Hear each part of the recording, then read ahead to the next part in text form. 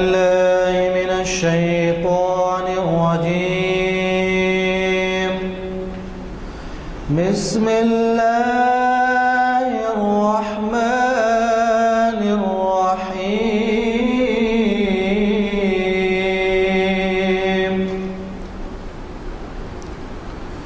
أرأيت الذي يكذب بالدين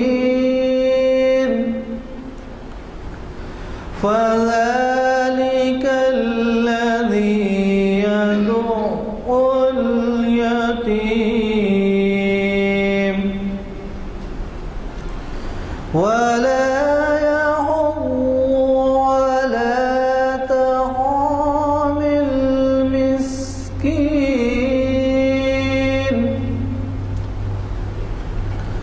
فويل للمصلين الذين هم عن صلاتهم ساهون الذين هم يراءون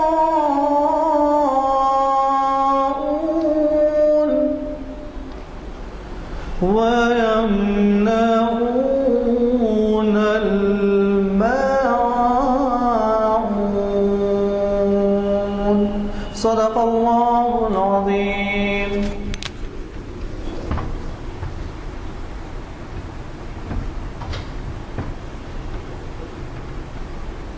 ذرا اپنے خیالات کے اظہار میں تکلف ہوتا ہے، اس وجہ سے ذرا سامنے کی کرسیوں پہ آ کے بیٹھیں، پیچھے دوسرے لوگوں کے لیے چھوڑ دیں. اور پھر یہ محسوس ہوتا ہے اگر پیچھے کرسیوں پہ بیٹھیں تو شاید تقریر کے یا ان کے خطاب کے دوران اٹھ کے جانا چاہتے ہیں، اس وجہ سے پیچھے بیٹھے ہیں. تو اس لیے میری گزارش ہے کہ ذرا سامنے آ کے بیٹھیں. حضرات، جیسے کہ آپ واقف ہیں، آج ہماری شریعت انفارمیشن سروس کی 534ویں نشست ہے، اور یہ ایسی نشست ہے کہ سال کے 45 نشست ہوتے ہیں. تاریخ اسلام کے بھی ویسے ہوتے ہیں، شریعت کے بھی ہوتے ہیں، اقبال شناسی کے بھی ہوتے ہیں، کیونکہ ماہ رمضان میں یہ نشستیں نہیں ہوتی. اور اس کے علاوہ کبھی کوئی ناگہانی صورت پیش آ جائے یا کوئی تہوار آ جائے تو اس دن نہیں ہوتی، ورنہ ہمیشہ ہفتہ، پیر اور چہارشنبہ مقرر ہیں اور بعد اثر اسی مقام پر ہوتے ہیں. اور آج کے ہمارے مقرر مجھے چندنا ضرورت نہیں ہے کہ میں تعارف کراؤں.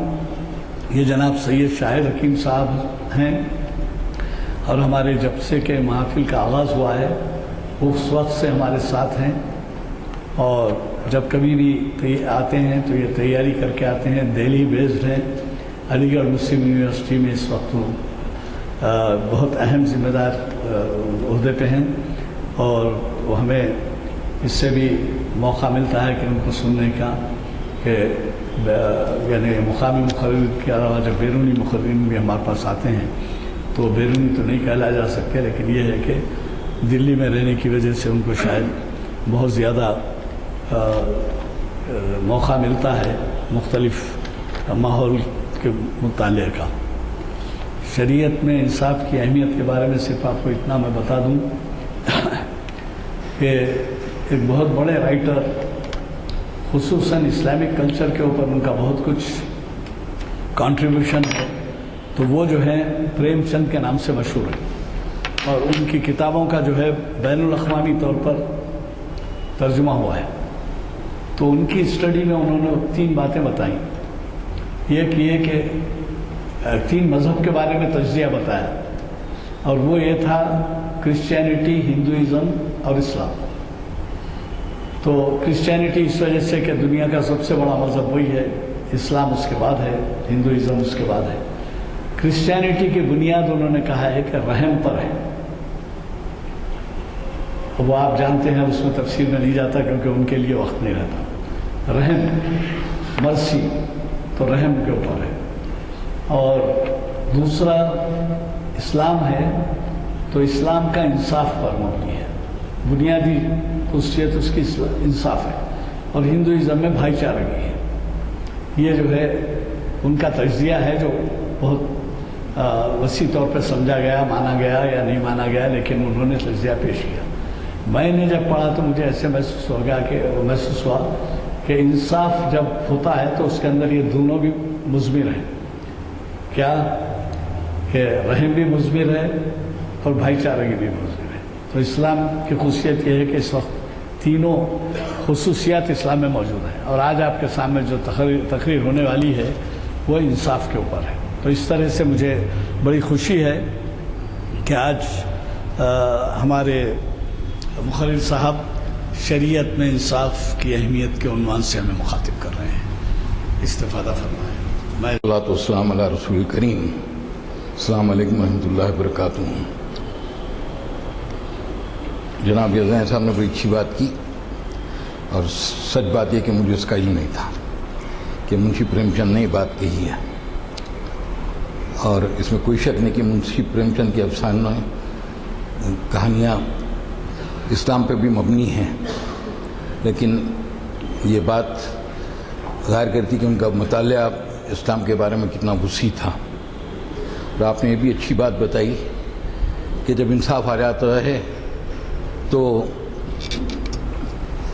رحم دلی اور بھائی چارہ دونوں اس میں پنہا ہو جاتے ہیں، اس میں کوئی شک نہیں۔ میں اس سے قبل کے موضوع اپنی بات شروع کروں، میں قرآن مجید کی چند آیات، حدیث نبوی اور چند واقعات جن کا تعلق اسلام سے آپ کے سامنے پیش کروں گا۔ قرآن مجید سورہ نساء کی آیت نمبر 135 ہے۔ میں کوشش کرتا ہوں ہمیشہ میں کوئی مضمون لکھوں یا یہ کہ اپنی بات چیت کروں، میں مقرر بھی نہیں ہوں، میں اسلام کا ایک طالب ہی نہیں ہوں، اور میں نے اسلامک اسٹڈیز سے ایم اے کیا ہے، لیکن اس سے اس کا کوئی تعلق نہیں ہے، لیکن کوشش کرتا ہوں کہ ہمیشہ قرآن مجید سے شروع کروں، کیونکہ حدیث نبوی ہے کہ جس نے قرآن کے علاوہ کہیں اور سے ہدایت حاصل کرنے کی کوشش کی اس کو سوائے گمراہی کے کچھ نصیب نہیں ہوگا۔ مشکات کی حدیث ہے۔ بد نصیب یہ ہے کہ ہم قرآن کو پس پوچھ ڈال رکھے ہیں، بہت افسوس کی بات ہے۔ سورہ نساء کی آیت نمبر 135 کا ترجمہ ہے، اے لوگو جو ایمان لائے ہو، انصاف کے علم بردار اور خدا واسطے کے گواہ بنو، اگرچہ تمہارے انصاف اور تمہاری گواہی کی زد خود تمہاری اپنی ذات پر یا تمہارے والدین اور رشتہ داروں پر اور امیروں پر ہی کیوں نہ پڑتی ہو، فریق معاملہ خواہ مالدار ہو یا غریب، اللہ تم سے زیادہ ان کا خیر خواہ ہے، لہذا اپنی خواہش نفس کی پیروی میں عدل سے باز نہ رہو۔ اگر تم نے لپٹی بات کہی یا سچائی سے پہلو بچایا تو جان رکھو جو کچھ تم کرتے ہو اللہ کو اس کی خبر ہے۔ اسی سورت کی آیت نمبر 8 کا ترجمہ، اے لوگو جو ایمان لائے ہو، اللہ کی خاطر راستی پر قائم رہنے والے و انصاف کی گواہی دینے والے بنو۔ کسی گروہ کی دشمنی تم کو اتنا مشتعل نہ کر دے کہ انصاف سے پھر جاؤ، عدل کرو، یہ خدا ترسی سے زیادہ مناسبت رکھتا ہے۔ اللہ سے ڈر کے کام کرتے رہو، جو کچھ تم کرتے ہو اللہ اسے پوری طرح باخبر ہے۔ المائدہ کی آیت نمبر 42 میں ہے، اور فیصلہ کرو کہ ٹھیک ٹھیک انصاف کے ساتھ کرو، اللہ انصاف کرنے والوں کو پسند کرتا ہے۔ حضور صلی اللہ علیہ وسلم نے فرمایا انصاف کا ایک لمحہ 70 سال کی نفل عبادت سے بہتر ہے۔ غور کریں آپ، انصاف کا ایک لمحہ پلک جھپکنے کو بولتے ہیں، 70 سال کی نفل عبادت سے بہتر ہے۔ انصاف کا تقاضا یہ تھا کہ ایک بار حضور کے زمانے میں ایک جنگ سے قیدی پکڑ لائے، غلام ہو گئے، تو بی بی فاطمہ کام کرتے کرتے ہاتھوں میں گٹھے پڑ چکے تھے، آپ کی صاحبزادی، وہ بھی صاحبزادی جو سب سے زیادہ عزیز تھیں، مشق پانی بھرتے بھرتے کندھے پہ گٹھا پڑ چکا تھا۔ حضرت علی نے کہا کہ میں تو نہیں کہہ سکتا، تم جاؤ اور اپنے والد سے کہو کہ تم کو بھی غلام دے دے تاکہ خدمت کریں۔ حضور کے پاس تشریف لائیں، کہا کہ ابا ایسی بات ہے، کہا بیٹی اصحاب صفہ کا حق تم سے زیادہ ہے، میں تم کو نہیں دے سکتا۔ تم کو ایک اچھی بات سکھاتا ہوں کہ جب نماز پڑھو تو 33 بار سبحان اللہ، 33 بار الحمدللہ اور 34 بار اللہ اکبر پڑھ لیا کرو، انشاءاللہ تمہاری تکلیف آسان ہو جائے گی۔ آپ نے اپنی عزیز بیٹی کو غلام نہیں دیا، پہلے اصحاب صفہ کو دیا یہ چیز۔ اس کے بعد ایک بڑے قبیلے کی عورت نے چوری کی، لوگ ڈرتے تھے کہ سفارش کیسی کی جائے کیونکہ بڑے قبیلے کی ہے. اسامہ بن زید جو آپ کے غلام زید کے بیٹے تھے بہت عزیز تھے سرکار کو, ان سے کہا تم جا کے کہو. انہوں نے جا کے کہا سرکار یہ عورت بڑے قبیلے کی ہے, اگر اس کے ہاتھ نہ کاٹے جائیں تو بہتر ہے. آپ کا چہرہ غصے سے سرخ ہو گیا. آپ نے فرمایا کہ پچھلی قومیں اسی لیے تباہ ہو گئیں کہ وہ غریبوں کے ساتھ تو انصاف کرتے تھے, بڑے لوگوں کو چھوڑ دیا کرتے تھے, اور یہ بات تم میں آ جائے گی تو تم بھی تباہ برباد ہو جاؤ گے. غور کرنے کی بات ہے کہ کتنی بڑی بات, اپنی عزیز بیٹی کو غلام نہیں دے سکتے جبکہ سارا عرب فتح ہو چکا تھا. تاجدار عالم تو ہے ہی ہیں, لیکن اس وقت تاجدار سعودی عرب ہو چکے تھے اس کے باوجود. اور وہاں کہا کہ نہیں, اگر خدا کی قسم محمد کی بیٹی فاطمہ بھی چوری کرتی تو میں اس کے بھی ہاتھ کاٹ دیتا. حضرت ابوبکر خلیفہ ہوئے, حضور کی ایک جائیداد تھی باغ فدق. آپ نے کہا کہ رسول کا کوئی وارث نہیں ہوتا, وہ فدق بیت المال میں داخل کر دیا. بی بی فاطمہ کو حضرت علی کو بڑا دکھ ہوا کہ بھئی ہم جو ہے وارث ہیں, ہم کو نہیں ملا. لیکن آپ نے کہا کہ نہیں, وہ رسول کا کوئی وارث نہیں ہوتا, لیکن سارے مسلمانوں کی امانت ہے, میں اس کو اس میں داخل کر دیتا ہوں. حضرت عمر,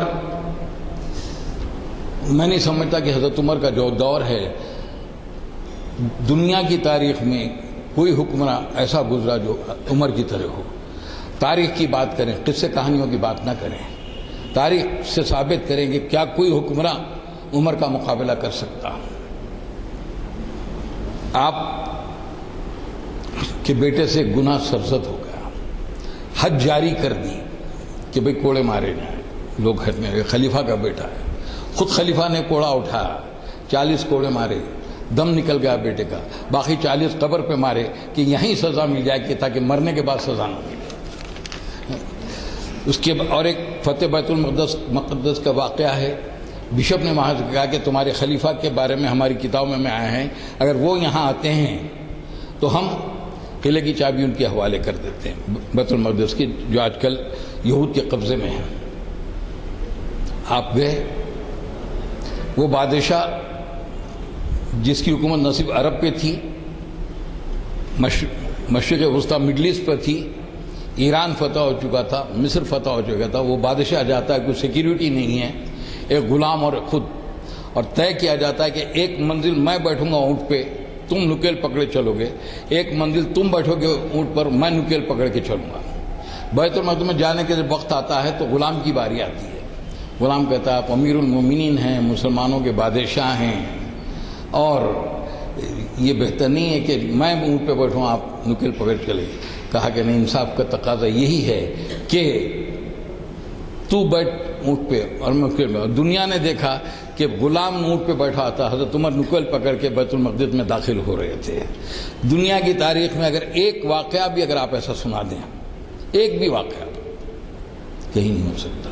یہ صرف اسلام کی دین تھی, صرف اسلام کی دین تھی. ایک بار خطبہ دینے کھڑے ہوئے, مال غنیمت آیا تھا, ہر ایک کے حصے میں ایک ایک چادر آئی, تو چادر ملی ہر ایک کو جتنے لوگ تھے. تو خطبہ نے کھڑے ہوئے, ایک شخص نے کہا کہ عمر رک جاؤ. رک گئے. کہا کہ تم اتنے خط تمہارا اتنا لمبا ہے, ایک چادر میں تمہارا کرتا نہیں سل سکتا, اس کے معنی کہ تم نے ایک سے زیادہ چادریں لی ہے. کہا کہ میں نہیں, میرے بیٹے اس کا جواب دیں گے. عبداللہ بن عمر کھڑے ہو گئے. کہا کہ میں نے اپنی چادر بھی اپنے والد محترم کو دے دی, لہذا ان کا کرتا بنا ہے. آج آپ تصور کر سکتے ہیں اس انصاف کا, کہیں تصور کیا ہوتا. حضرت علی کا دور ہے, حضرت عثمان کے دور میں بدنصیبی سے پہلا دور تو بڑا اچھا گزرا. حضرت عمر نے اپنے کسی عزیز کو کوئی بڑا عہدہ نہیں دیا, یہاں تک کہ جب آپ کو خنجر مار دیا ابو لولو نے, اور یہ آپ کو وقت آخری آ گیا, لوگوں نے جا کے کہا کہ عبداللہ بن عمر سے بہتر کوئی شخص مدینے میں نہیں ہے, آپ ان کو خلیفہ بنا دیں. کہا عمر کے خاندان میں عمر خلیفہ بن گیا, یہ بہت بڑی امانت ہے, اب عمر کے خاندان میں کسی اور کو خلافت میں نامزد کر کے نہیں جاؤں گا. آپ نے یہاں تک کیا کہ ہو سکتا ہے کہ آنے والے خلیفہ سے کچھ غلطیاں ہوں تو اللہ مجھ سے پوچھیں گے. کہا کہ میں کسی کو خلیفہ نامزد نہیں کرتا, 6 آدمی کی کمیٹی بنا دیتا ہوں, وہ جائے گے معلوم کرے گے جس کی حق میں زیادہ رائے ہے وہ. چنانچہ آپ نے کسی کو خلیفہ نامزد نہیں کیا. آپ نے کہا تھا کہ حضرت معاویہ بہت بہترین حکمراں ہیں, بہترین ایڈمنسٹریٹر ہیں, لیکن ساتھ ہی ساتھ بہت بڑے سیاستداں ہیں, ان کو مدینہ سے دور رکھو, ان کو گورنر رہنے دو, مدینہ دور رکھو. اور جتنے بڑے بڑے صحابہ آپ نے گورنر بنائے تھے, حضرت عثمان بہت رحم دل تھے, بے انتہا رحم دل, اور قرآن مجید کی جو آیت تھی کہ اپنے رشتہ داروں کے ساتھ اچھا سلوک کرو. کئی گورنر ایسے بن گئے جن کا تعلق بنو امیہ سے تھا. اور سب سے بڑی بات یہ ہوئی کہ آپ نے سیکریٹری مروان کو بنا لیا, جو بڑا مفسد آدمی تھا. پہلا دور تو بڑا اچھا گزرا, طویل حکومت تھی. دوسرے دور میں مصر سے ایک وفد آیا, انہوں نے کہا کہ آپ نے جس گورنر بنا وہ ہماری شکایت تو سنتی نہیں ہے, وہ ہم سے ملتے نہیں ہیں. تو کہا کہ خط لکھ کے دیا حضرت عثمان نے کہ بھئی گورنر کے نام کہ آپ جب یہ آ جائیں تو ان کی شکایت دور کریں. مروان نے خط کھولا, اس کو بدل دیا, کہا کہ جب یہ لوگ مصر پہنچے ان کو قتل کر دو. انہوں نے راستے میں خط کھول لیا. جب خط کھولا تو دیکھا کہ وہاں تو قتل کے احکام ہیں اور اس پہ مہر نبوت پڑی بھی ہے. وہ پلٹ کے آئے, انہوں نے حضرت عثمان کے گھر کو گھیرا ڈال دیا. حضرت علی اور دوسرے صحابہ گئے کہ ہم کہا کہ میں اپنے لیے مدینہ میں خون پسند نہیں کر سکتا. چنانچہ شہید ہو گئے. طویل واقعی اس میں جانے کا وقت نہیں ہے. حضرت علی نہیں چاہتے تھے کہ ایسے حالات میں خلیفہ بنے, لیکن ہزاروں افراد نکل گئے تلوار لے کے, اگر آپ خلیفہ نہیں بنیں گے تو ہم آپ کو قتل کر دیں گے. حضرت علی کا دور آیا. آپ کے دور کے 2 واقعات, میں زیادہ واقعات نہیں بیان کروں گا, 2 واقعات پہ. ایک یہ, آپ کے بڑے بھائی عقیل بن ابی طالب جاتے ہیں اور کہتے ہیں کہ بیت المال میں سے مجھے یہ دے دو. آپ کہتے ہیں کہ آپ کا حق نہیں بنتا, میں آپ کو نہیں دے سکتا. چنانچہ عقیل حضرت علی کو چھوڑ کے حضرت معاویہ کے پاس چلے جاتے ہیں. دوسرا واقعہ ہے کہ حضرت علی کے ساتھ ہوا. قاضی شریح تھے, ایک یہودی نے مقدمہ دائر کر دیا, پیش ہوئے خلیفہ. عام ملزموں کے کٹھے میں کھڑے رہ گئے, یہ نہیں کہ خلیفہ بیٹھے ہوئے ہیں. قاضی شریح نے پوچھا کوئی گواہ؟ کہا میرے بیٹے گواہ ہیں. کہا بیٹوں کی گواہی نہیں ہوتی. کہا میرا غلام ہے. کہا اس کی. تو شریح نے یہودی کے حق میں فیصلہ کر دیا, حالانکہ یہودی غلط تھا. یہودی چیخ اٹھا کہ یا اللہ ایسا انصاف دنیا میں کہیں نہیں ہے, اسلام قبول کر لیا. ہماری تاریخ ان واقعات سے بھری ہوئی ہے. نور الدین زنگی, صلاح الدین ایوبی, اور کئی حکمراں ایسے ہیں جو ہمارے پاس, التمش, اورنگزیب, بڑے حکمراں گزرے جن کے زمانے میں انصاف کا بڑا دورہ رہا. اور تاریخ گواہ ہے کہ کہیں آپ کو کہیں بھی ایسی مثالیں آپ کو نہیں ملیں گی, کہیں نہیں ملیں گی. حضرت عمر گزر رہے ہیں, ایک گھر سے بچوں کے رونے کی آواز آتی ہے, آپ رک جاتے ہیں, گھر میں جاتے ہیں. ماں خالی برتن میں چمچ ہلا رہی ہے کہ بچوں کو بہلا رہی ہے کہ بھئی کھانا پک رہا ہے. کہتی ہے کہ میرے پاس کچھ بھی نہیں ہے, تو یہ سو جائیں گے تھک کے. آپ جاتے ہیں بیت المال, اناج نکالتے ہیں, غلام ساتھ ہے, کہتا ہے کہ میں اٹھا دیتا ہوں. کہا قیامت میں میرا بوجھ تو اٹھائے گا. بلاتے ہیں, بیٹھتے ہیں, پکاتے ہیں, بچوں کو کھلاتے ہیں. عورت کہتی ہے کہ تم کو خلیفہ ہونا چاہیے, عمر کو نہیں. وہ نہیں جانتی تھی کہ یہ خلیفہ وقت ہے. کوئی مثال, یہ ہم نہیں کہہ رہے ہیں, یہ غیر مسلم کہہ رہے ہیں, یہ مغرب کے جو ہے مورخ کہہ رہے ہیں, یہ باتیں لکھ رہے ہیں. ہم ہماری بات پہ نہیں جائیے. ہم تو کوئی بھی قوم اپنے جو ہے لوگوں کی اچھی باتیں ہی بیان کرتی ہے, اور غلط باتوں کو کم بیان. لیکن اسلام کی خوبی یہ ہے کہ قرآن مجید میں 3 مقامات پر اللہ تعالیٰ نے حضور صلی اللہ علیہ وسلم کو ٹوک دیا. اگر اسلام آسمانی مذہب نہ ہوتا تو وہ قرآن میں نہیں شامل ہوتا. ایک بار حضور تشریف فرما ہیں, قریش کے بڑے بڑے سردار بیٹھے ہوئے ہیں. آپ کی کوشش ہے کہ اگر یہ اسلام قبول کر لیں تو سارا قریش قبول کر لے گا. نابینا صحابی ام مکتوم تشریف لاتے ہیں, کچھ پوچھتے ہیں, آپ خاموش بیٹھ جاتے ہیں. پھر پوچھتے ہیں، پھر خاموش بیٹھ جاتے ہیں، پھر پوچھتے ہیں، آپ ان کو تھوڑے سے تر شروع ہو جاتے ہیں۔ قرآن میں سورۃ اتری عبس و تولی، آخری پارے کی میں سمجھتا ہوں دوسری سورت ہے، جا کے آپ پڑھ لیں۔ تر شروع ہوا اندھے کے ساتھ، کہا کہ جو تمہاری بات سننا چاہتے تم ان سے رخ پھیر لیتے ہو، اور جو تمہاری بات نہیں سننا چاہتے تم ان کی طرف ہو۔ تمہارا کام پہنچا دینا ہے، کسی کو ہدایت دینا ہمارا کام ہے، تمہارا کام نہیں ہے۔ جا کے قرآن شریف دیکھ لیں۔ نوح سیلاب نوح آیا، نوح علیہ السلام نے بیٹے سے کہا بیٹا آجا کشتی میں، کہا کہ میں تو پہاڑی کی چوٹی پہ چڑھ جاؤں گا، مجھے کون بتائے گا۔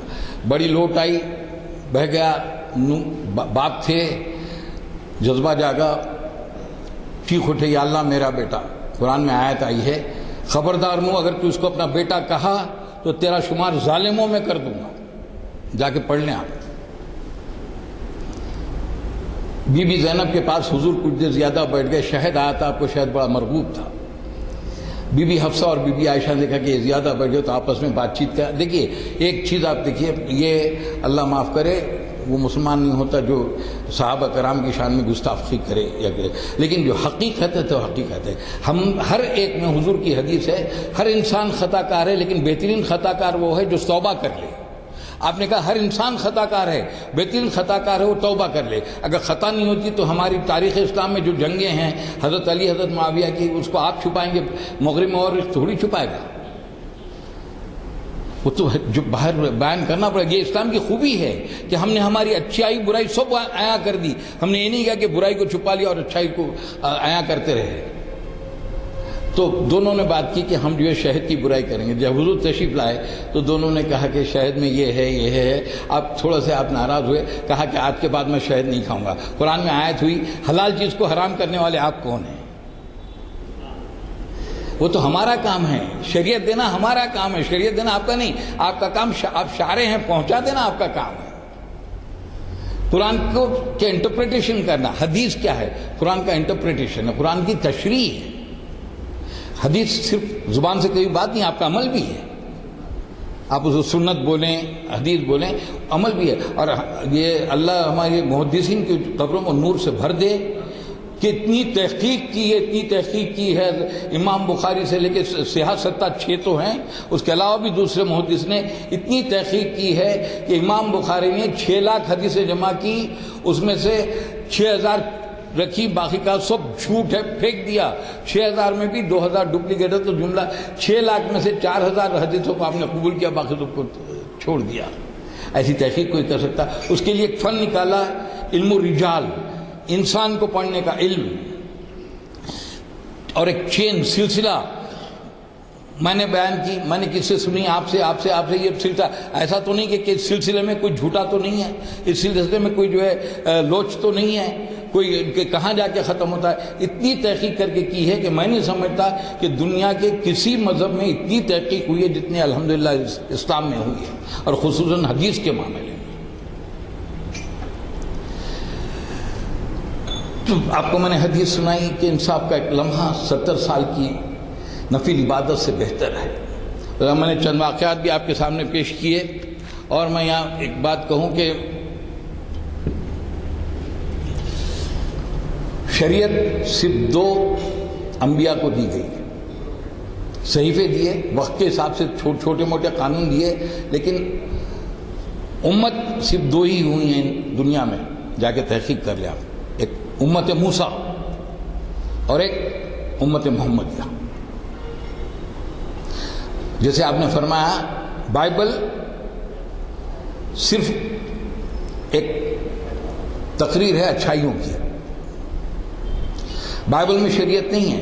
عیسیٰ علیہ السلام نے کہا کہ میں شریعت کے لے کے نہیں آؤں، موسوی شریعت قائم رہے گی، میں تو صرف ہدایت دینے آیا ہوں۔ قرآن میں ہے بنی اسرائیل کے، بنی اسرائیل ہم نے تم کو ساری قوموں پہ فضیلت عطا کی، لیکن جب تم اپنے راستے سے ہٹ گئے تو تم پہ ذلت و مسکنت طاری ہو گئی۔ الفاظ ہیں، ذلت و مسکنت کے الفاظ ہیں قرآن مجید میں سورہ بقرہ میں، کہ جب تم نے اپنا طریقہ راستہ چھوڑ دیا، تم نمازیں بہت پڑھتے تھے، تم روزے بہت رکھتے تھے، تم خیر خیرات بہت کرتے تھے، لیکن تم نے انصاف چھوڑ دیا، تم نے جھوٹ کا سہارا لے لیا، تمہارے معاملات صحیح نہیں تھے، تم نے آیتوں کو بیچنا شروع کر دیا، اپنے فائدے کے لیے آیتوں کا غلط مطلب نکالنا شروع کر دیا۔ نکالو جلوس تاکہ میرا نام ہو، خواہ اسلام اس کی بھی مخالفت کیوں نہ کرتا ہو، کوئی مطلب ہی نہیں ہے۔ محبت کا تقاضا یہ ہے کہ جلوس نکلے لیکن ایک وقت کی نماز بھی نہ ہو، یہ محبت کا تقاضا ہے، اور کوئی ٹوکنے والا نہیں۔ جب اس کو ٹوکا جاتا ہے تو لوگ کہتے ہیں نہیں منہ بند کرو صاحب، مصلحت کا تقاضا ہے۔ اس سے بہتر ہے کہ ہم قتل ہو جائیں، اس سے بہتر کہ ہم مار دیے جائیں۔ اتنے بڑے بڑے شہر ہیں، حیرت ہوگی اگر آپ کو سنیں گے، شب برات ہوتی ہے، ٹوپیاں پہن کے اسکوٹر لے کے کناٹ پلیس میں چیخیں مارتے ہوئے جو ہے مسلمان بچے گھومتے ہیں، پولیس پکڑ کے لے کے جاتی ہے، اور سارے ہم منہ بند کر کے بیٹھے ہوئے ہیں کہ غلط کام ہے۔ شب برات میں یہ ہے کہ ٹوپیاں پہن کے سڑکوں پہ ناچتے پھرے،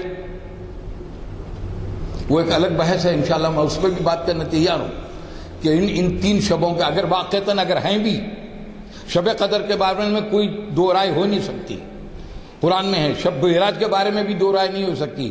15ویں سورت کا پہلی آیت یہی ہے، وہ پاک ذات ہے جو لے گا اپنے بندے کو مسجد حرام سے مسجد اقصیٰ تک، وہاں سے قرآن وہاں جا کے خاموش بیٹھ جاتا ہے۔ اس کے بعد 25 صحابہ کے حدیثیں ہیں جو واقعات گزرے معراج میں وہ ہیں۔ شب برات کا ذکر کہیں بھی قرآن میں نہیں ہے۔ سورہ دخان کی پہلی آیت جو بیان کرتے ہیں، عام طور پہ آپ کے اردو اخبارات میں آتی ہے کہ یہ کتاب کے کلام ایک بابرکت رات میں نازل ہوا۔ قرآن کب نازل ہوا صاحب آپ سوچ جانتے ہیں؟ شب قدر میں نازل ہوا کہ شب برات میں نازل ہوا؟ اس آیت کو جوڑ دیتے ہیں شب برات سے۔ شب برات کا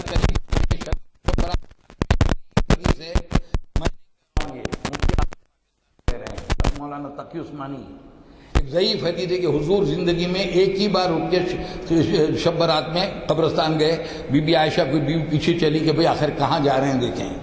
آپ نے کسی اور سے نہیں کہا کہ جاؤ، تاریخ میں بتا دیں آپ۔ اگر ہیں بھی شب معراج، شب برات، شب قدر ہیں بھی تو نفل ہیں۔ آپ روز فجر کی نماز تو چھوڑ دیتے ہیں لیکن نفل پہ رات بھر جاگتے ہیں۔ فرض اور سنت اور واجب کی اہمیت نفل سے کم ہو گئی۔ فرض کی، سنت کی، واجب کی پوچھ ہوگی، نفل کی پوچھ نہیں ہوگی۔ 2 رکعت نفل ظہر کے بعد کی اگر میں پڑھتا ہوں تو الحمدللہ بہت اچھی بات ہے، نہیں پڑھتا ہوں تو اس کی پوچھ نہیں ہے، لیکن بقیہ نمازیں میں نہیں پڑھتا ہوں تو اس کی پوچھ ہوگی۔ عدل نہیں کرتا ہوں تو اس کی پوچھ ہوگی، جھوٹ بولتا ہوں تو اس کی پوچھ ہوگی، حق مارتا ہوں تو اس کی پوچھ ہوگی، ظلم کرتا ہوں تو اس کی پوچھ ہوگی، شراب پیتا ہوں تو اس کی پوچھ ہوگی، لیکن نفل اگر نہیں کرتا ہوں تو اس کی پوچھ نہیں ہوگی۔ کرتا ہوں تو ثواب ملے گا۔ آپ نے نفل کو تو اتنا احترام کیا، تقریروں پہ تقریریں ہو رہی ہیں، اخباروں کے زمین پہ زمین میں چھپ رہے ہیں، لیکن فرض اور سنت اور واجب کی کوئی اہمیت ہی نہیں رہی ہمارے پاس۔ قرآن مجید کس لیے نازل ہوئی؟ جہیز میں دینے کے لیے، سر پہ رکھنے کے لیے، چومنے کے لیے، جزدان میں احتیاط سے کرنے کے لیے۔ میرا آپریشن ہوا ہے ابھی 2 مہینے قبل پراسٹیٹ کا، تو اس میں پرابلم ہوتی ہے، پیشاب کے قطرے آتے ہیں۔ بڑا افسوس ہوتا تھا کیونکہ میری کوشش ہی رہتی تھی اس بات کے کہ اللہ پاک ایک ہی پیراگراف صحیح لیکن روز قرآن مجید میں تھوڑا ترجمے سے پڑھوں تاکہ علم حاصل کر سکوں، تو میں بند کر دیا تھا۔ علماء نے کہا کہ فتویٰ ہے یہ آپ معذور میں آتے ہیں، آپ نماز بھی پڑھ سکتے ہیں لیکن ہر نماز کے لیے الگ وضو کریں اور قرآن شریف بھی چھین سکتے ہیں۔ اگر آپ کو اتنا احتیاط ہے تو گلوز پہن کے چھیلیں۔ قرآن مجید کی اتنی اہمیت ہے اور ہم نے قرآن مجید کو طاق میں بند کر دیا۔ بھاگ رہے ہیں، کارل مارکس کے پیچھے بھاگ رہے ہیں کہ صحیح راستہ کہاں ملے گا، سوشلزم کو اپنا رہے ہیں، کیپٹلزم کو اپنا رہے ہیں، گاندھی ہمارے آئیڈیل ہیں، سب کچھ ہے، لیکن قرآن مجید چھوڑ دیا ہم نے۔ کتنے گھروں میں قرآن مجید ترجمے سے پڑھا جاتا ہے؟ کتنے لوگ جانتے ہیں کہ سورہ فاتحہ کے معنی کیا ہیں؟ سورہ فاتحہ کے معنی کیا ہیں کتنے لوگ جانتے ہیں ہم میں؟ سورہ فاتحہ کا مقصد کیا ہے؟ دعا ہے کہ نہیں ہے؟ مالک یوم الدین، اس کے بعد سے دعا شروع ہو جاتی ہے، ایاک نعبد و ایاک نستعین، اس کے بعد شروع ہوتی ہے اہدنا الصراط المستقیم، سیدھا راستہ چلا، ان کا راستہ جن پر تو نے انعام کیا، ان کا راستہ نہیں جن پہ تیرا غضب نازل ہوا۔ تو راستہ کیا ہے؟ کوئی ایک پگڈنڈی ہے؟ اللہ تعالیٰ نے کہا کہ راستہ ہے، الف لام میم سے والناس تک، اس کو پکڑے رہو گے تو تم صراط مستقیم پہ رہو گے، تم کو دنیا میں کوئی ٹچ نہیں کرے گا، اس کو چھوڑو گے تم ذلیل خوار ہو جائے گے، جیسے کہ موسیٰ کی امت ہوئی۔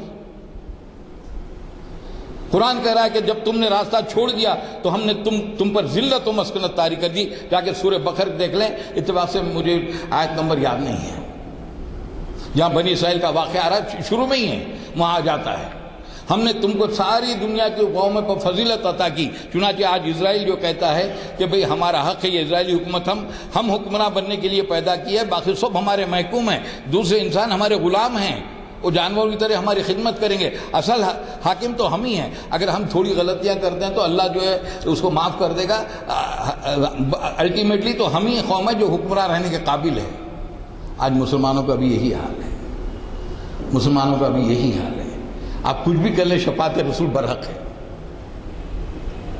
آپ اولاد کا حق مار دیں، آپ کے پاس ایک سے زیادہ بیویاں ہیں، آپ ان میں انصاف نہ کریں، آپ بھائی کا حق مار دیں، آپ کے پاس ایک ملازم ہے، صبح سے شام تک اس کو تنگ کرتے رہیں، اس پہ ظلم کرتے رہیں، آپ سود کھاتے رہیں، سود لیتے رہیں، سود دیتے رہیں، آپ کی اولاد شرابی بن جاتی ہے، آپ کو فکر نہیں، آپ کو صرف بنگلے بنانے کی اور بہترین جو ہے کاریں خریدنے کی فکر ہے۔ آپ کی زندگی کا ایک ہی مقصد ہے کہ جتنا زیادہ سے زیادہ کماؤ۔ میں 4 سال جامعہ ملیہ اسلامیہ میں ایڈوائزر تھا اسپورٹس کا، اب جو نجیب جنگ ہے گورنر ان کا، اب وہ چلے گئے تو میں وہاں چھوڑ چکا تھا، مجھے علی گڑھ والوں نے بلایا، مسلم یونیورسٹی میں وہاں ہوں آج کل۔ میں اپنی آنکھوں سے دیکھتا ہوں، کل کے جو قصاب تھے، کل کے جو کباڑیے تھے، دولت آ گئی تو انہوں نے بڑے بڑے بنگلے، بہترین کاریں بنائی، ان کی اولاد شراب کباب میں مست ہے۔ آپ کچھ بھی کر لو، شفاعت رسول برحق ہے۔ شفاعت رسول ان کے لیے ہے جو کوشش کرتے ہیں کہ قرآن و حدیث پہ عمل کرنے کی، وہاں ان سے خطائیں جو ہو جاتی ہے تو رسول تم منافق ہو، تم کہہ کے جو ہے شفاعت رسول کے مستحق ہو۔ صاحب بڑے نمازی ہیں، وہ 15 عمرے کر کے آئے، اتنے روزے رکھتے ہیں، رمضان کے علاوہ نفل روزے رکھتے ہیں۔ ایک بات آپ سے پوچھوں صاحب، رسول اللہ کے پیچھے نماز پڑھنے سے کسی کی بڑی نماز ہو سکتی ہے؟ کوئی صاحب بول دیں، رسول کے پیچھے نماز پڑھنے والے سے بڑی کسی کی نماز ہوتی؟ عبداللہ بن ابی منافقوں کا سردار رسول کے پیچھے نماز پڑھتا تھا کہ نہیں پڑھتا تھا؟ 5 وقت نماز پڑھتا تھا رسول کے پیچھے۔ جمعہ کو جب آپ کھڑے ہوتے تقریر پہ کھڑے ہو جاتا، لوگوں یہ محمد رسول اللہ ہیں، ان کی بات غور سے سنو، لیکن کیا کرتا تھا؟ سازشیں کرتا تھا۔ وقت آیا جب پتہ لگا کہ بھئی بی جے حکمراں بننے والے ہیں تو میں چھوڑ کے شریک ہو جاتا ہوں۔ دعا فرمائیں آپ، میں دعویٰ نہیں کر سکتا، انشاءاللہ 20 کروڑ بھی بی جے پی حکومت دے گی تو میں نہیں کہوں گا اس کے پاس، جس کی گردن پہ 3000 مسلمانوں کا قتل ہے، جنہوں نے عورتوں کے پیٹ چاک کیے، بچوں کو نیزے پہ چڑھا، جو آج بھی مینیفیسٹو میں کہتے ہیں کہ مسلم پرسنل ایک یونیفارم سول کوڈ ہوگا، آرٹیکل 370 ہٹا دیا جائے گا کشمیر سے۔ آرٹیکل 370 ہے کہ کشمیر پر باہر والے زمین نہیں خرید سکتے، یہ آرٹیکل وہیں نہیں ہے، ہماچل میں بھی ہے، نارتھ ایسٹ میں بھی ہے، اس کے بارے میں زبان بند ہے، ہٹائیں گے کیونکہ تاکہ اگر کشمیر غریب مسلمان ہیں ان کی جائیداد کھینچ کے اگر 80% مسلمان ہیں کو ان کو کم کر کے ہماری اکثریت ہو جائے، ایک جگہ بھی ٹالریٹ نہیں کر سکتے آپ، ہاں؟ مسلم پرسنات چینج کر دیں گے، 370 ہٹا دیں گے، مندر وہیں بنائیں گے، اور ہم جو ہے اتنے ضمیر ہو تو پرورش کریں گے نا، ضمیر ہی مر چکا ہے۔ آپ چلے جاتے ہیں، مفتی صاحب بیان دیتے ہیں اخبار میں کہ میں بی جے پی میں جوائن ہو رہا ہوں، اللہ انا للہ و انا الیہ راجعون۔ مختار نقوی صاحب کہتے ہیں کہ مسلمان بی جے پی کی حکومت میں محفوظ ہے، میں نے خط لکھا RSS کے چیف کو بھیجا اس کی کاپی۔ میں نے کہا مختار نقوی صاحب کو معلوم ہونا چاہیے جب ہم نے کلمہ لا الہ الا اللہ محمد رسول اللہ پڑھ لیا تو ہمارا حافظ وہ ہے، آپ ہمارے حافظ نہیں ہیں، ہم کو آپ کی حفاظت کی ضرورت نہیں ہے، حفاظت کرنے والا وہ ہے، وہ چاہے گا تو ہم قتل ہو جائیں گے، وہ چاہے گا تو تم ہم کو ٹچ نہیں کر سکو گے۔ اگر قتل بھی ہوتے ہیں تو کیا ہے، شہادت مطلوب و مقصود و مومن، نہ مال غنیمت نہ کشور کشائی۔ ارے شہادت تو ہمارا مقصود ہے، جو شہید ہوگا ختم، سارے گناہ ختم ہو گئے اس کے، اللہ کے راستے، لیکن اللہ کے واسطے ہو، کسی اور اپنے نام و نمود کے خاطر نہ ہو، کسی اور چیز کی خاطر نہ ہو۔ اب بتائیے، بڑے بڑے لوگ چلے جا رہے ہیں صاحب، اور ہم تو گناہ گار ہیں، ہم کو حیرت، مفتی صاحب تو ظاہر ہے مفتی صاحب بڑے علم والے ہوں گے، ہم کہاں ہوں گے؟ فلاں عالم صاحب تائید کرتے رہے، بی جے پی کا وفد جا رہا ہے۔ آپ نے کبھی پوچھا؟ کسی نے سوال کیا؟ میں نے تو نہیں پڑھا، اگر آپ نے پڑھا تو بتا دیں۔ ہمارے بڑے لیڈر، بڑے عالم، جب ٹیپو سلطان سراج الدولہ شہید ہو رہے تھے تو تم لوگ کہاں تھے سنگ پریواروں؟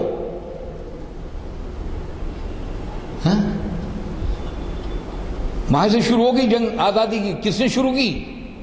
ہم نے شروع کی ہے جنگ آزادی کی۔ تم تو تھے نہیں اس وقت، تمہارا نام و نشان نہیں تھا۔ جب بہت لمبی تاریخ ہے، جا نہیں سکتے، لیکن جب غدر ہوا، جہاں رانی جھانسی کی رانی بھی ماری گئی، تاتیا ٹوپے بھی مارے گئے، اور لوگ مارے گئے، لیکن جنگ غدر کس نے شروع کیا؟ میرٹھ سے روہیلوں نے شروع کیا۔ اور کسی کے لیے سب سے بڑے المیہ کی بات یہ ہے کہ اس کی زندگی میں اس کے اولاد سامنے مر جائیں آنکھوں کے۔ بہادر شاہ ظفر نے جب ناشتہ مانگا تو بیٹوں کے سر کاٹ کے لا کے دیے خان میں۔ اس سے بڑی قربانی کسی نے دی ہندوستان کے لیے؟ وہ پوچھا؟ آپ نے کبھی پڑھا کسی لیڈر کا بیان اس معاملے میں؟ پڑھا کسی کا بیان؟ کوئی پوچھتا ہے؟ جب مولانا محمود الحسن اسیر مالٹا آزاد ہند حکومت بنا رہے تھے افغانستان میں تو تم کہاں تھے؟ راجہ مہندر پرتاپ کو صدر بنائے، وہاں پہ کس نے بنایا؟ مولانا محمود الحسن نے بنایا۔ دیوبند کس لیے قائم ہوا؟ انگریزوں کے خلاف قائم ہوا دیوبند، آزادی کی تحریک کے قائم ہوا۔ جب گاندھی جی بنارس یونیورسٹی گئے کہ چلو بھائی نان کوآپریشن موومنٹ ہے، تم لوگ نکلو میرے ساتھ باہر، بھاگ جاؤ، ہم یہ سب کام نہیں کرتے، لیکن علی گڑھ مسلم یونیورسٹی آئے تو اسٹوڈنٹ خود چھوڑ کے آگے آ کے جامعہ ملیہ اسلامیہ بنائی کہ کہا ہم انگریزوں کے خلاف کھڑے ہوں گے۔ کوئی بولتا ہے؟ یہاں سے بہادر اعظم مرحوم کھڑے ہوتے تھے، آج نام ہی نہیں لیتا کوئی بہادر اعظم کا۔ کچھ تو نوجوان ہیں، کچھ ہمارے بزرگ بھی ہیں۔ بہادر اعظم جیسی مرحوم شخصیت پیدا ہونی مشکل ہے، سمجھا؟ زہر دیا گیا ان کو، عمران نے زہر دیا، کتنی 42-43 سال کی عمر میں۔ جنا کے کمرے میں ایک ہی شخص کو اندر جانے کی اجازت تھی، وہ تھے بہادر اعظم مرحوم۔ جنا مشورے کیا کرتے تھے بہادر اعظم سے۔ آج ان کا نام ہے، کوئی لیتا ہے نام؟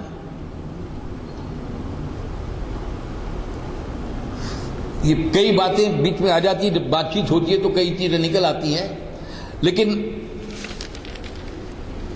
آج ساری دنیا میں،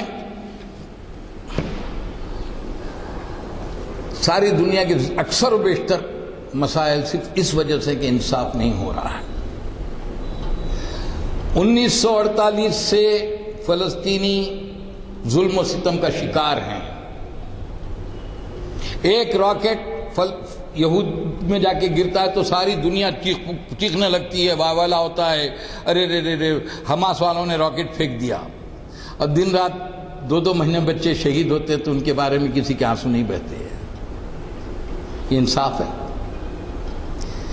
الیکشن جیت کے ایک پارٹی آتی ہے، زبردستی سے نہیں، مصر میں اس کا تختہ الٹ دیا جاتا ہے، ان کو قیدوں میں بند کی مصیبتوں میں ڈال دیا جاتا ہے، 500-600 آدمیوں کو موت کی سزا سنائی جاتی ہے، اور سارے دنیا کے جو ہے امن پسند، انسانیت کے علمبردار، جس میں ہمارا ملک بھی شامل ہے، کوئی آواز نہیں اٹھاتا کہ جو حکومت الیکشن میں جیت کے آئی تھی، آخر اس کو کر کے ان پہ ظلم ستم کی وجہ کیا ہے؟ کہا ٹیررسٹ آرگنائزیشن ہے۔ ہم منہ بن کر کے خاموش بیٹھے ہوئے ہیں سب۔ اخوان المسلمین ٹیررسٹ آرگنائزیشن ہے؟ میں نہیں سمجھتا آپ میں کتنے واقف ہیں ہم سے، جو ان کے فاؤنڈر تھے حسن البنا شہید رحمت اللہ علیہ، سید قطب شہید رحمت اللہ علیہ، عبد القادر عودہ، اسماعیل شہدہ، عبد الفتح شہید، زینب الغزالی، آپ پتہ نہیں کتنے واقف ہیں۔ ان ناصر کے دور سے ظلم و ستم ہو رہا ہے ان پہ، اور ساری دنیا جو انسانیت کے علمبردار ہے، جو کہتی ہے کہ ہم انصاف پسند ہیں، ہر ایک کا منہ سلاوا ہے۔ کوئی زبان کھولتا ہے؟ کسی نے زبان کھولی؟ آپ نے پڑھی کہ ایک قطر، اس نے کہا کہ بھئی غلط ہو رہا ہے، تو گلف کے کنٹری نے ان کا بائیکاٹ کر دیا، اس کے وہاں سے اپنے سفیر واپس بلا لیے، سعودی عرب نے بھی، بحرین نے بھی، کویت والوں نے بھی، متحدہ امارات والوں نے بھی، میں اس لیے کہ انہوں نے اخوان المسلمین کی تائید کی۔ آپ کے پاس پتہ نہیں الجزیرہ نیوز آتی کہ نہیں آتی، دلی میں آتی تھی، شام میں کہ جو مہاجر باہر جا کے بسے میں ہیں 35,000 بچے ایسے ہیں جن کی عمریں 3-4-5 سال ہیں، جن کے ماں باپ نہیں شہید ہو گئے. وہ بچے محنت کر رہے ہیں 2 روٹی کے لیے، تھوڑی دیر کے لیے اپنے دل میں لے کے سوچو آپ کا بچہ، آپ کا نواسا 5 سال کا اگر محنت کرتا ہے 2 روٹی کے لیے، کبھی ہمارا ضمیر جاگتا ہے، کبھی ہم ان کے لیے کچھ نہیں کر سکتے، ان کے حق میں دعا کرتے ہیں، کبھی ہم دعا کرتے ہیں کہ اللہ بشار الاسد کا خاتمہ کر، اس کو ذلیل و خوار کر، وہاں کے لوگوں کو انصاف دلا. کبھی ہمارے آنسو بہتے ہیں؟ کبھی سوچتے ہیں ایک لمحے کے لیے ہم یہ بات؟ ویپنس آف ماس ڈسٹرکشن، ایسے ہتھیار جن سے انسانیت تباہ و برباد ہو جائے گی، تباہی ہو جائے گی بے انتہا. جارج بش یہ کہہ کے عراق پہ حملہ کر دیتا ہے، لاکھوں شہید ہوتے ہیں اور آج تک مارے جا رہے ہیں، لیکن کوئی نہیں پوچھتا کہ بھائی جارج بش کہاں ایک بھی ہتھیار ایسا نکلا کہیں؟ میں القاعدہ، طالبان، ان کی میں تائید نہیں کروں، میں جانتا بھی نہیں وہ کون ہے کیا ہیں، میں یہ بھی نہیں جانتا کہ اسامہ بن لادن نے کیا کیا، نہیں، میں جو اخباروں میں پڑھا وہ پڑھا. لیکن کیا ضروری ہے کہ امریکہ صاحب جو بولیں اسے میں مان لوں؟ اگر یہ مان لیتے ہیں ٹی وی کی باتیں تو آج پورا ٹی وی کھول کے دیکھ لیجئے، سوائے ایک پرٹیکولر آدمی اور پرٹیکولر جو ہے جماعت کے کسی اور کا نام ہی نہیں آتا ہے. مان لوں میں اس کو کہ سچ ہے؟ کیوں مانوں سچ ہے؟ میرے سامنے عراق کی مثال ہے کہ ایک ہتھیار نہیں نکلا وہاں سے، تم نے لاکھوں آدمی شہید کر دیے، وہاں پہ کسی کا جو انسانیت نہیں جاگی. ڈرون حملے پاکستان میں ہوتے ہیں، کہا کہ بھئی ٹیررسٹ کو، دہشت گردوں کو مارنا ہے، اس میں 2 مہینے کی بچی بھی شہید ہو جاتی ہے. کسی نے زبان کھولی؟ خون مسلم ہے بہتا ہے تو بہنے دو. یہاں انصاف کی ضرورت نہیں ہے. انصاف تو وہاں ہوگا اگر لندن میں کسی نے بم پھوڑ دیا. میں اس کا تائید نہیں کرتا. کیوں؟ سورہ مائدہ کی آیت نمبر 32 ہے، ایک انسان کا ناحق قتل ساری انسانیت کا قتل ہے، ایک انسان کی جان بچانا ساری. تو آپ کو حق نہیں کہ موسم جائی مارکیٹ میں بم پھوڑ دے، کیونکہ مرنے والے اس میں بے گناہ لوگ ہوں گے. ہم کو کسی جان لینے کا حق نہیں ہے. یہ جو بھی کر رہے ہیں، ہو سکتا ہے، میں نہیں کہتا کہ ہم کر رہے ہیں، کروائے جا رہے ہیں، کیونکہ مسلمانوں میں خریدے جانے والے لوگوں کی کمی ہے، منافقوں کی کمی ہے. تم خریدتے ہو بم پھٹ پھٹ، یہ بھی نہیں ہو سکتا کہ تم اپنے لوگوں سے کرتے ہو، نام ہمارا ڈالتے ہو. ساری دنیا میں جو بھٹ صرف بل مسلمان، سارے مسلمان دہشت گرد نہیں ہیں، لیکن جتنے دہشت گرد ہیں سبھی مسلمان ہیں. تو وہ آئرلینڈ کی آزاد آرمی وہ مسلمان ہیں، سری لنکا کے ٹائبلز وہ مسلمان ہیں، کہیں اور کے ماؤسٹ، ہندوستان کے ماؤسٹ وہ مسلمان ہیں. تو مسلمان ہی دہشت گرد ہے، دوسرا کوئی دہشت گرد نہیں ہے. یہ انصاف کا تقاضا ہے. آپ پڑھتے ہوں گے نکسلائٹ موومنٹ. میں ہوا ہوں کوراپوٹ نکسل ایریا ہے بہت بڑا، میں وہاں تھا، میں وہاں ہوا ہوں. ایک منڈا الیکشن جیتتا ہے، 5 سال میں سارے گاؤں کا مالک ہو جاتا ہے. ایک غریب کسان اپنے بچے کو اپنی کھیتی رہن رکھ کے پڑھاتا ہے، 2000 کی 5 سے 1000 کی نوکری نہیں ملتی. کلیکٹر ظلم کرتا ہے، پولیس والے ظلم کرتے ہیں. آپ جاتے ہیں انٹیریئر میں، جو ان علاقے آپ کو سڑک برابر نہیں ہے، کوراپوٹ جانے کے 10 میل سڑک ایسی ہے کہ ماؤس وہ سڑک بننے نہیں دیتے، تاکہ وہیں پکڑ لیتے ہیں عہدیداروں کو. ان کی دشمنی عہدیداروں سے، پولیس والوں سے، تاکہ گاڑی سلو گی تو اٹیک کریں گے. پولیس ظلم کرتی ہے، جیسے آپ کے ساتھ ہوا. آپ پاس نہیں ہے؟ کتنے بچوں کو آپ نے پکڑا اور اس کے بعد چھوڑ دیا کہ بھائی ان پہ ثابت نہیں کر سکتے آپ، لیکن ان کی جوانی تو ختم ہو گئی اسی میں. ان کو انصاف کہاں ملے گا؟ کہاں ملے گا انصاف؟ تم ان کا جو پرائم پیریڈ تھا، کچھ بننے کا پیریڈ تھا، تم نے تو ان کو جیل میں ڈال کے بند کر دیا. اور پتہ لگا کہ ان کا وہی نہیں ہے. مجھے یقین ہے، الحمدللہ یقین ہے کہ جتنے مسلمان بچے پکڑے گئے ہیں اس میں کم از کم 80% بچے ایسے ہیں جن کا کوئی قصور نہیں ہے. اگر ہے تو عدالت میں مقدمہ چلاؤ. اب پھانسی تو ہم نہیں بولیں گے، میرے بیٹا کرتا ہے تو اس کو پھانسی دو، میں بیچ میں نہیں بولوں گا، لیکن اللہ واسطے انصاف کرو. 32 سال اسلام نے انصاف قائم کیا. ایک بوڑھی عورت سر پہ ٹوکری بھر سونا لے کے یمن سے آتی تھی، مدینہ تک کوئی ٹچ نہیں کر سکتا تھا. خلیفہ جاتا ہے بیت المقدس، کوئی سیکیورٹی نہیں ہے. کوئی سیکیورٹی نہیں ہے. ایک خلیفہ شہید ہوتا ہے کہ لیکن بولتا ہے نہیں نہیں میرے لیے جنگ مت کرو, مدینے میں نہیں چاہتا کہ میرے لیے خون بہے. 32 سال ہم نے کیا, اس کی مثال ساری دنیا کہیں نہیں دے سکتی. آج بھی اہم ترین چیز ہے, اگر جہاں جہاں انصاف ہوگا انشاءاللہ وہاں پہ جو ہے کبھی بھی جو ہے آپ چند مفسد لوگ کریں گے, ورنہ عام طور پہ لوگ آپ کا ساتھ دیں گے, خواہ آپ کے گھر کا معاملہ ہو. اب آپ ٹھنڈے دل سے اپنے اس میں سوچ لیں, نمازیں تو بہت ہیں. اقبال نے بڑی پیاری چیز کہی تھی, نماز و روزہ و قربانی و حج یہ سب باقی ہیں, تو باقی نہیں ہے. نماز بھی پڑھ رہا ہے, حج بھی کر رہا ہے, زکوٰۃ بھی رہا ہے, سب کچھ ہے, لیکن گھر میں انصاف نہیں کر رہا ہے, رشوت پھر بھی کھا رہا ہے, سود میں ملوث ہے, تو پھر سب کر رہا ہے, تو کہاں باقی رہ گیا؟ تھوڑی دیر کے لیے آپ ایک بات سوچیے,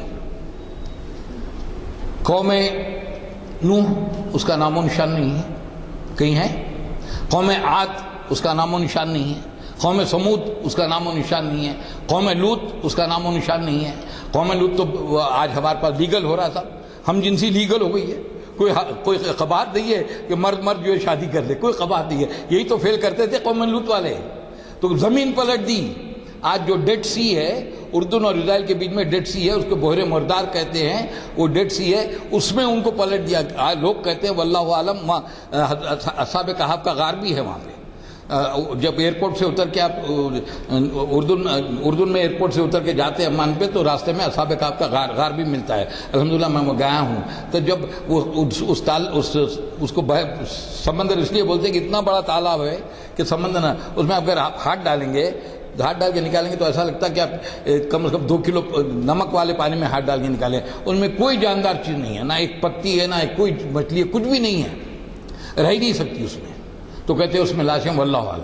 ان کو پلٹ دیا, ان کا نام و نشان نہیں ہے. لیکن قرآن کہتا ہے کہ دنیا کی سب سے بدترین قوم اگر ہے تو یہود ہے. قرآن کہتا ہے, حدیث کہتی ہے بدترین قوم ہے یہ. تو اللہ تعالیٰ نے اس قوم کو کیوں نہیں برباد کیا؟ خیر کبھی غور کیا آپ کا مقصد کیا تھا؟ هو الذی ارسل رسولہ بالہدی ودین الحق لیظہرہ علی الدین کلہ ولو کرہ المشرکون. وہ اللہ ہے جس نے اپنے رسول کو ہدایت اور دین حق کے ساتھ بھیجا تاکہ تمام دوسرے دینوں پہ غالب کر دے. ہدایت تو قرآن مجید ہو گئی. دین حق کیا ہے؟ ایسا عادلانہ نظام جہاں سب کو انصاف ملے. آپ کو کہا قرآن میں کہ دنیا تمہارے لیے بنائی گئی, تم دنیا کے لیے نہیں بنائے گئے. ہم سے نہیں کہا کہ راہبانہ زندگی اختیار کرو, شادی بیاہ مت کرو, پہاڑ پہ جا کے عبادت کر. تم نے کہا دنیا تمہارے لیے ہے, لیکن تم دنیا کے الٹ مت جاؤ دنیا میں کہ دنیا کو مکمل اپنا مت بنا لو, دنیا میں رہو. ایک بار حضرت عمر نے, میں صحابی کا نام بھول رہا ہوں, قرآن کے بڑے یاد نہیں آ رہا, کہا کہ حضرت معاذ سے کہا کہ آپ تو مفسر قرآن ہیں, یہ بتائیے کہ تقویٰ کیا چیز ہے؟ کہا خلیفہ امیر المومنین کبھی آپ کانٹوں دار جھاڑیوں سے گزرے ہیں؟ کہا ہاں. کیا کرتے ہیں؟ تو بولے میں اپنا لباس نزدیک کر لیتا ہوں, چھپے ہوتے تھے نا, نزدیک کر لیتا ہوں تاکہ کانٹے میں الجھ نہ جائے. کہ تقویٰ یہ ہے کہ دنیا میں رہ کے ایسی گزرو, یہ تقویٰ ہے. تو آخر یہود کو کیوں نہیں ختم کیا؟ اس لیے کہ مقصد آپ کیا تھا؟ نماز روزہ مقصد نہیں تھا, نماز روزہ ٹریننگ تھی, ایک بڑے مقصد کے لیے ٹریننگ تھی. وہ مقصد یہ تھا کہ اس دنیا میں عادلانہ نظام قائم کیا جائے. یہ آیت 3 جگہ آئی ہے, سورہ توبہ میں, سورہ فتح میں, سورہ صف میں 3 جگہ آئی ہے کہ وہ پاک ذات ہے رسول اللہ کی جس نے اپنے رسول کو ہدایت اور دین حق کے ساتھ بھیجا تاکہ دوسرے دینوں پہ غالب کر دے. دوسرے دینوں پہ کیا ہے؟ دوسرے دین کون سے ہیں؟ دوسرے نظام ہیں, دو سسٹم آف گورننس ہیں, اس پہ غالب کر دے. ہم نے اس کو چھوڑ دیا. کہیں شریعت اور طریقت کے جھگڑے کھڑے ہو گئے. وہ شریعت ہی کیا جو طریقت کے تابع نہ ہو صاحب. قرآن و حدیث کے تابع جو چیز نہ ہو تو وہ ماننے والی چیز ہے. اور اچھے طریقت کے جتنے بزرگ گزرے ہمارے, الحمدللہ ہندوستان تو بزرگوں کی سرزمین ہے. حضرت خواجہ معین الدین چشتی ہو, حضرت نظام الدین ہو, بہت بڑے ہیں, ان کی جوتیوں کی دھول بھی ہم سے بہتر ہیں. انہوں نے کبھی شریعت چھوڑی نہیں. شریعت کیا ہے؟ قانون ہے. شریعت قانون ہے.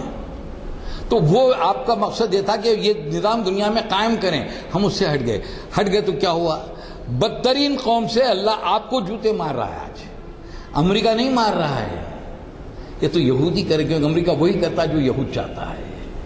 اللہ تعالیٰ نے ان کو مسلط کر دیا, کہا کہ جب تم راستے سے ہٹ جاؤ گے تو ظالم حکمراں تمہارے اوپر مسلط کر دیا جائے گا. کیا پتا کہ جو ہے اگر آپ نہیں سمجھیں گے. میں علی گڑھ سے آ رہا ہوں, ابھی وہاں الیکشن ہو چکے ہیں, آپ پاس باقی ہیں. میں کسی پارٹی کا نمائندہ نہیں ہوں صاحب, میرے سے کوئی تعلق نہیں, میں فوجی آدمی ہوں, زندگی کے 22 سال ایئر فورس میں افسری کی ہے میں نے, میں کسی نہیں ہے. لیکن آپ کو بولو مسلمانوں کو بڑا احتیاط سے اپنے ووٹ کا استعمال کریں. اس وقت یہ سوال نہیں ہے کہ مسلمان کو ووٹ دینا ہے کہ بھائی کو ووٹ دینا ہے. اس وقت یہ ہونا ہے کہ ہم ایسے ووٹ دیں کہ فرقہ وار لوگ اوپر آ کے نہ مسلط ہو جائیں. وہ آپ کا قتل عام نہیں کریں گے, ان کے اوپر قتل عام نہیں ہوگا. لیکن آپ نے ابھی پڑھا بھلر کو پھانسی کی سزا ہوئی تھی, لیکن پھانسی کی سزا عمر قید میں تبدیل ہو گئی, ہوئی کہ نہیں؟ افضل گوری کی نہیں ہوئی. وہ سزا کون کرواتا ہے؟ منسٹر نہیں, سیکریٹری کرتا ہے. اور جس سیکریٹری نے یہ سزا دی وہ بی جے پی جوائن کر لیا,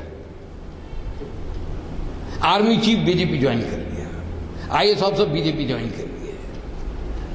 آپ سوچئے, اب آپ سوچئے, میں نہیں بولتا کس کو ووٹ دینا ہے, آپ سوچئے. بہت اہم ترین ہے یہ الیکشن, بے انتہا اہم ہے. امت مسلمان اس کا تعلق دین سے ہے, تبھی بول رہا ہوں, ورنہ میں نہیں بولتا.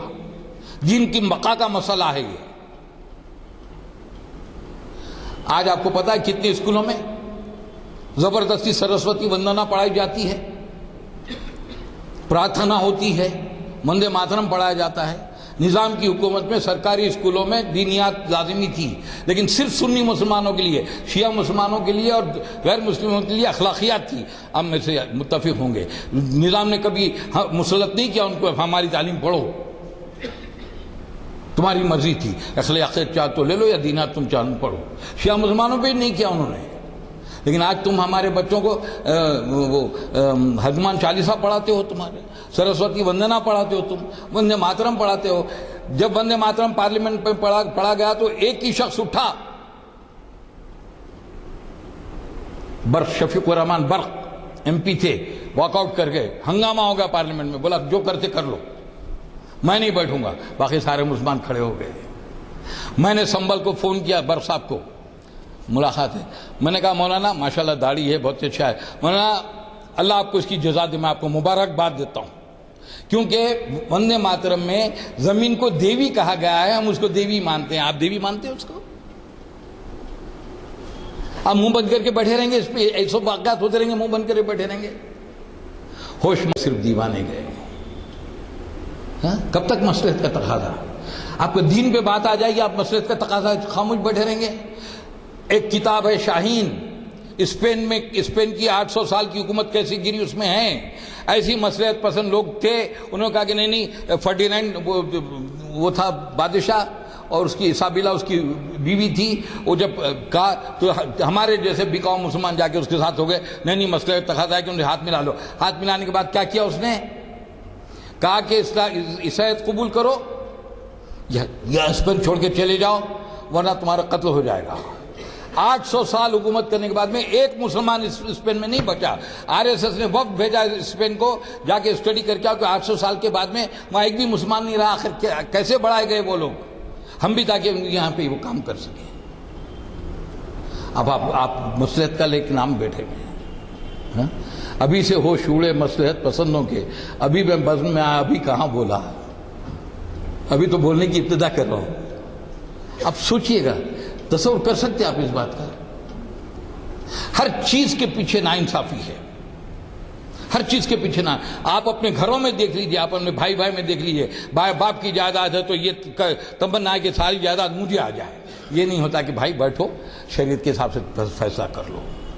آپ دیکھ لیجئے, اپنے محلوں میں دیکھ لیجئے, ہم اپنے رشتہ دار کی, اپنے بیٹے کی سپورٹ کرتے ہیں, خواہ وہ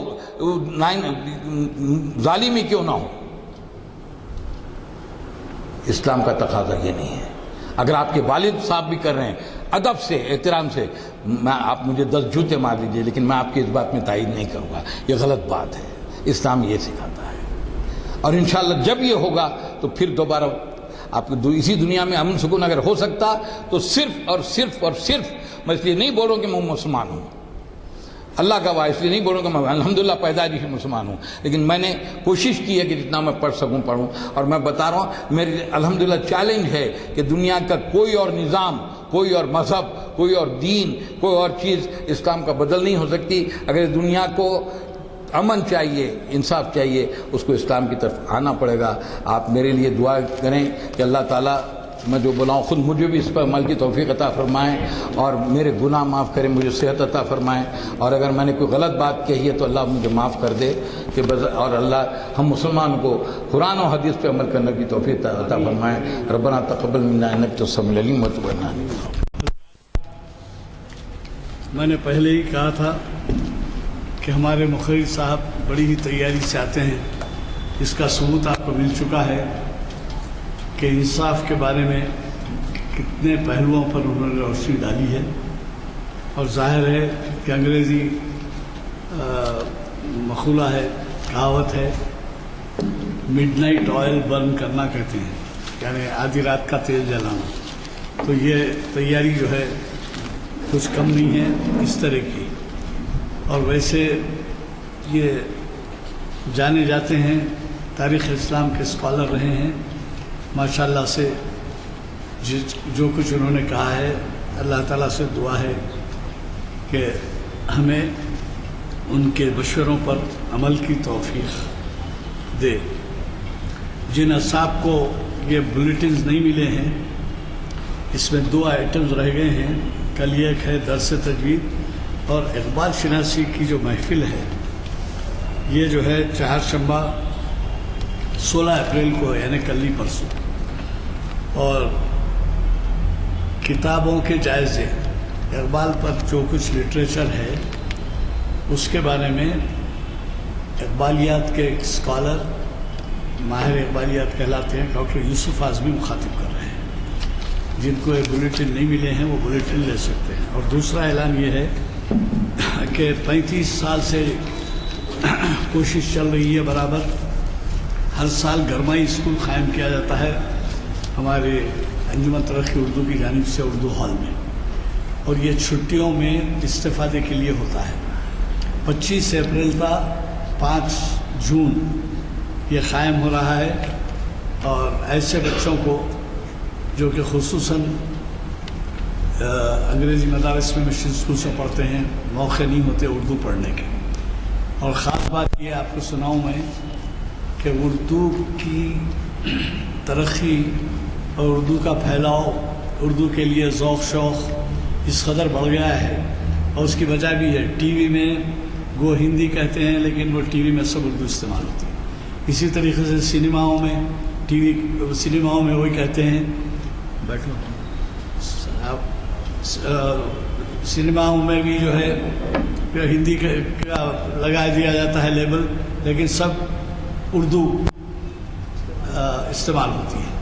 تو اس طریقے سے نہ صرف غیر مادری زبان والوں میں اردو کے جو نہیں ہیں، بلکہ دوسری مادری زبان والوں میں اور یعنی غیر لوگوں میں اردو کے لیے ذوق و شوق بڑھ گیا ہے، حتیٰ کہ بڑے بڑے لوگ بھی جو ہے شرکت کر رہے ہیں۔ تو ایسے میں آپ اپنے بچوں کو محروم مت کیجیے۔ اور ابھی آپ نے کئی حوالے سنے، دینی سرمایہ جو ہے ہمارے پاس اردو کتابوں میں ہے۔ تو اگر آپ یہی بتائیے مجھے کہ آپ کا بچہ اگر نماز پڑھنے کا طریقہ جاننا چاہے تو کیا عربی میں پڑھے گا وہ، یا پھر انگلش میں بھی تو پوری طریقے سے نہیں پڑھ سکتا ہو، ہے نا؟ تو اس وجہ سے آپ کو اردو کا مطالعہ ضروری ہے بچوں کے لیے۔ وہ 35 سال سے چل رہا ہے مدرسہ، اور کئی بچے وہاں سے اردو پڑھ کے نکلے ہیں اور بیرون ملک گئے ہیں، یاد دلاتے ہیں، ملاقاتیں ہوئی تو ان کے ساتھ ہم نے آپ کے انجمن ترقی کا جو درسگاہ تھی اس سے اردو سیکھی ہے، ورنہ ہم مشن اسکول کہتے ہم نہیں جانتے تھے۔ تو یہ یاد رکھیے کہ اگر آپ اردو سے محروم کریں گے بچوں کو تو آپ کے بچے بڑے ہو کر آپ پر الزام دھریں گے کہ آپ نے ہم کو اردو کے بارے میں توجہ نہیں دلائی۔ صرف ایک واقعہ کہہ کے میں آپ کو اپنی گزارش ختم کرتا ہوں کہ یہ 35 سال قبل کی بات ہے کہ ایک بہت بڑی نشست ہوئی تھی اردو ہال میں، جس میں یہ کہا گیا تھا کہ مشن اسکول سے اردو ٹیچروں کو نکال دیں، وجہ کیا ہے تو اب اردو پڑھنے والے ہیں ہی نہیں. تو اب اس میں جو شریک ہوئے تھے وہ اس وقت کے بڑے بڑے زوما تھے. اب ڈاکٹر منان، عابد علی خان، راج بہادر گوڑ اور میں کیا نام لوں آپ کو، 12-15 لوگ تھے. تو اس وقت میں نے یہ تجویز رکھی تھی کہ ایسا مدرسہ قائم کیا جائے. تو اس میں بعض وقت لوگوں میں مخالفت تھی کہ یہاں تو بچے ہیں ہی نہیں اردو زبان کے، حمایت نگر میں کہاں ہیں. تو میں نے کہا صاحب ہم ذمہ لیتے ہیں اس کا. تو ایسے پیمفلیٹ چھپا کے اطراف کے تمام مدرسوں میں اور اخباروں میں دیے. پہلے دن 200 لڑکے یا 200 طالب علم شروع کیے. تو 200 طالب علموں میں 4-5 سال کی عمر سے 20-22 سال کی عمر تھی. میڈیکل کالج کے اسٹوڈنٹس، انجینئرنگ کے اسٹوڈنٹس، لا کالج کے اسٹوڈنٹس، کالجز کے اسٹوڈنٹس، مشن اسکول کے بچے. ہمارے لیے یہ پرابلم ہو گیا کہ 4-5 سال کے بچے کو 18 سال کے آدمی کے ساتھ کیسا بٹھانا. 8 کلاسز قائم کی، اور وہ 8 کلاسز کے اندر پھر لڑکیوں کے لیے الگ، لڑکوں کے لیے الگ، عمر کے لحاظ سے الگ. استعداد کہتے ہیں، ہر ایک کی استعداد الگ. کیسا سیکھتے ہیں؟ ایک کو علی بیرتے سے آتا ہے، ایک کو کچھ آتا ہے، کچھ آتا.